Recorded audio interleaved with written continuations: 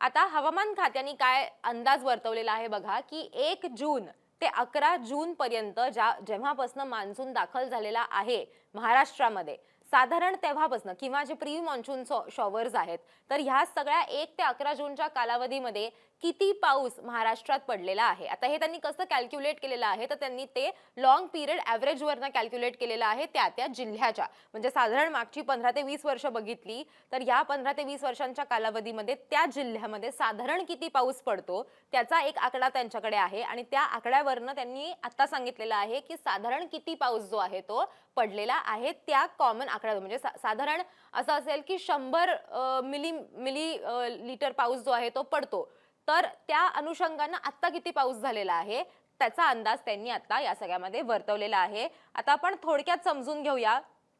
इथे आपण रंग त्यांनी दिलेले आहेत की जिथे निळे रंग आहेत तिथे सामान्यपेक्षा जास्त पाऊस झालेला आहे, ते जिथे हिरवा रंग आहे तिथे नॉर्मल पाऊस झालेला आहे, जिथे ऑरेंज रंग आहे तिथे कमी पाऊस झालेला आहे आणि जिथे येलो रंग आहे तिथे खूप कमी पाऊस झालेला आहे आणि जिथे पांढरा रंग आहे तिथे पाऊसच झालेला नाहीये किंवा तिथला डेटा नाहीये असे त्याचे अर्थ होतात. आता हे बघा, आता इथे आपण ओव्हरऑल जर बघितलं तर अहिल्यानगर, नाशिक, छत्रपती संभाजीनगर, जालना, बुलढाणा, अकोला, वाशिम, जळगाव इथे सगळीकडे त्यांनी येलो रंग दिलेला आहे. म्हणजे इथे खूप कमी पाऊस आतापर्यंत झालेला आहे. म्हणजे ह्या जिल्ह्यांमध्ये नेहमी जितका पाऊस पडतो त्यापेक्षा प्रचंड कमी पाऊस या भागामध्ये झालेला आहे. त्यात आपण ऑरेंज रंग जर बघितला तर याच्यामध्ये बघा अमरावती आहे, यवतमाळ आहे, चंद्रपूर आहे, हिंगोली, परभणी, बीड, नांदेड, सांगली, कोल्हापूर, सिंधुदुर्ग आणि रत्नागिरी, जिथे सर्वात पहिले सिंधुदुर्ग रत्नागिरीमध्ये मान्सून जो आहे तो दाखल झालेला होता, या भागांमध्ये सुद्धा पाऊस जो आहे तो कमी पडलेला आहे.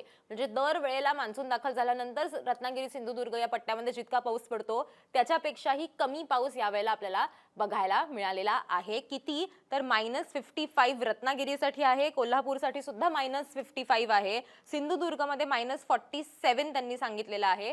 तेच आपण बीड, परभणी, नांदेड, हिंगोली, यवतमाळ, चंद्रपूर, अमरावती हे जिल्हे बघितले तर इथे सुद्धा -24, -28 परभणी, -29 नांदेड, असं सगळं वेगवेगळ्या. अमरावतीमध्ये तर -52 इतका कमी पाऊस जो आहे तो झालेला आहे 1 ते 11 जून या कालावधीमध्ये.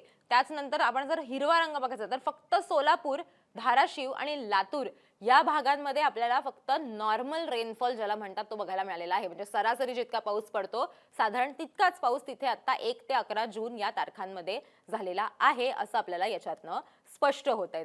ग्रीन हार्वेस्ट नैसर्गिक पेंडीयुक्त खत, नेचर केअरची युक्ती, रासायनिक खतांपासून मुक्ती.